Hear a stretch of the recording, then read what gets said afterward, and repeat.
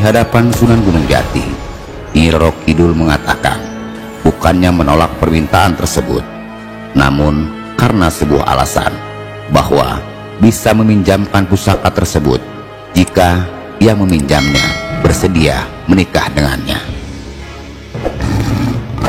Dengan tertawa kecil, Sunan Gunung Jati pun berkata pada Sunan Kalijaga, "Wahai Kalijaga, sesungguhnya tiada yang lebih mulia kecuali berpegang pada keagungan syiar Islam. Pilihlah dengannya Ratu Kidul atas nama Islam dan bukan karena nafsu," ujar Kanjeng Gunung Jati. Kepatuhan seorang murid dengan gurunya nampak dalam peristiwa ini, di mana Sunan Kalijaga menyetujui apa yang dikatakan sang guru itu. Namun Nyi Roro Kidul justru tidak setuju karena dia tidak mau menikah dengan lelaki yang tidak mencintainya. Selain itu, sang ratu juga masih mempertanyakan kesaktian Sunan Kalijaga padanya.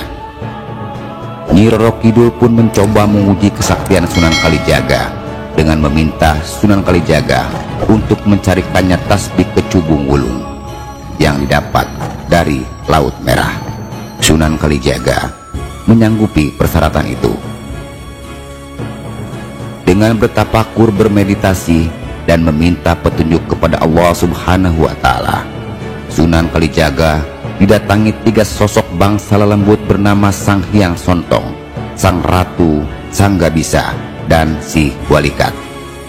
Sesampainya di pinggir Laut Merah, keempat orang barusan datang tadi langsung disambut pendamping Ratu Bilqis dari bangsa siluman. Atas izin Ratu Agung Bilqis, Sunan Kalijaga pun diberikanlah satu buah Nur Sulaiman berwujud peti ukir dari alam hasrat, yang di dalamnya terdapat tasbih berbahan batu kecubung hijau atau tasbih kecubung wulung. Setelah mendapatkan tasbih itu, Kalijaga pulang dan menemui Sunan Gunung Jati dan Nyi Roro Kidul. Pertempuran Sunan Kalijaga dan Prabu Siliwangi harus segera dimulai secepatnya setelah mendapatkan pusaka tombak Karera Reksa dengan diiringi 40 orang. Rombongan Kanji dengan Kalijaga lantas berangkat menuju Laut Selatan.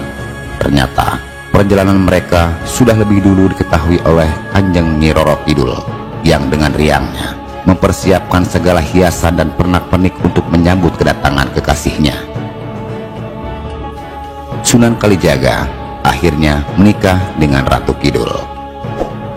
Sunan Kalijaga pun dapat dipinjami pusaka tombak Karera Reksa sesaat setelah menikah. Pertempuran Sunan Kalijaga dan Prabu Siliwangi tak bisa dihindari lagi. Karera Reksa langsung diserahkan kepada gurunya Sunan Gunung Jati.